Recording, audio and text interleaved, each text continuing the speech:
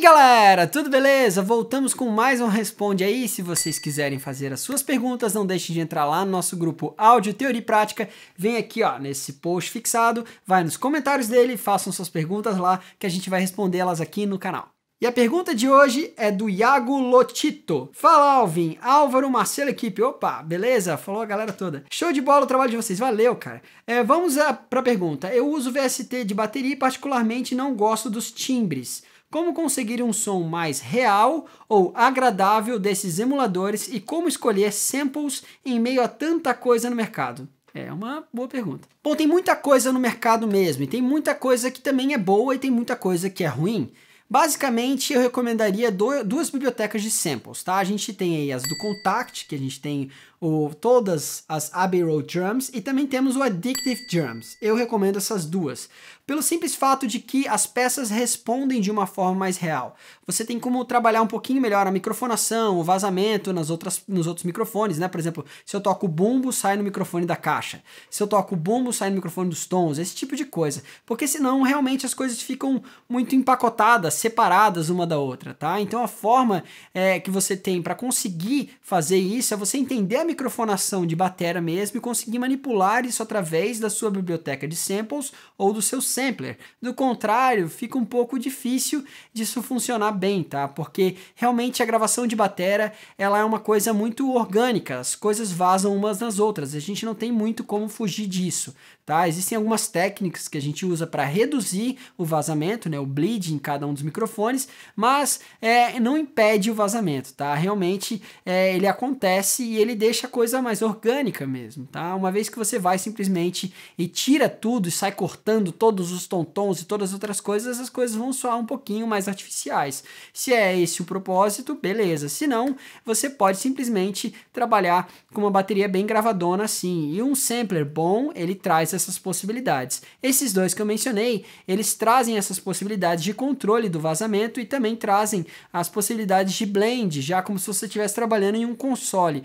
Por exemplo, juntando os dois microfones da caixa, o de baixo, né, da parte do bottom, né, e o top também da caixa, e daí você já tem como fazer o blend entre os dois pelo próprio controle da biblioteca de samples ou do sampler. Então a forma de conseguir um som mais real também é automar bem a sua MIDI, deixar ela bem natural, mas não de uma forma ruim, porque assim, por exemplo, uma pessoa vai lá e toca um kick de uma bateria, e quando ela toca esse kick, ele precisa ter uma certa constância, ele não pode ficar assim, ele tem que ter uma constância rítmica e também uma constância de dinâmica, se é tutu, tutu, tutu, tutum. Se é esse o som, se é essa a ideia, tem que ser meio parecido mesmo toda vez que a pessoa toca. Às vezes uma pessoa que não está acostumada a gravar acaba variando muito o timbre mesmo por não saber desse tipo de coisa, né, nas peças, tá? Então não saber controlar às vezes bem o tempo do pé ou às vezes o tempo da mão e coisas do tipo. Então acaba que o timbre fica variando um pouco demais para a estética atual da música. Se a ideia é que varie, beleza. Mas a dinâmica também não é muito bom variar muitas vezes, por exemplo, em casos de música pop e rock and roll, que a dinâmica varia bruscamente em coisas que não deveriam variar, né, durante a performance, porque você tem lá, por exemplo, um compressor em paralelo e ele vai ficar recebendo essas variações dinâmicas e vai ficar reagindo de forma diferente. A vantagem do sampler, bom sampler, é que por mais que a dinâmica fique igual, a variação de timbre, a pequena variação de timbre muito pequena, né, para deixar mais realista, claro, um bom sampler para deixar mais realista, ela acontece, tá? Essa pequena variação de timbre. Então, por exemplo, você tem um tutum, tutum, tutum, vai variar como variou minha voz aqui, vai variar como variou minha mão batendo e assim por diante. Então é uma coisa humana, mas que tá bem tocada ali, que tá legal. Então você tem essa variação, soa um pouquinho mais realista, soa um pouquinho mais performado por uma pessoa.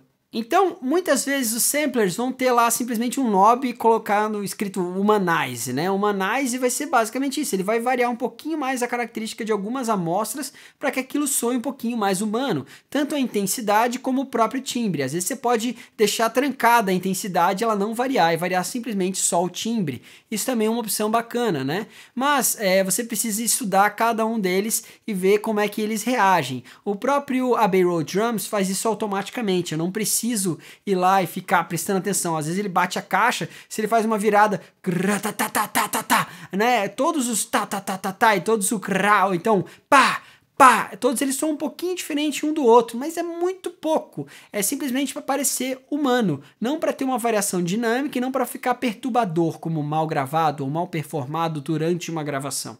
Então, procure o sweet spot deles ali, o ponto onde você gosta dessas variações, e daí você vai perceber que vai soar mais humano. É isso então, Iago, espero que eu tenha respondido a sua pergunta. Se vocês curtiram o vídeo, galera, não deixe de dar um like aqui embaixo, também não deixe de se inscrever no nosso canal e de apertar o sininho para receber as notificações toda vez que a gente lança um vídeo novo. Não se esqueçam também das nossas lives, todas as terças-feiras, respondendo, interagindo com a galera às 20h30 da noite. Um grande abraço, até mais, tchau, tchau.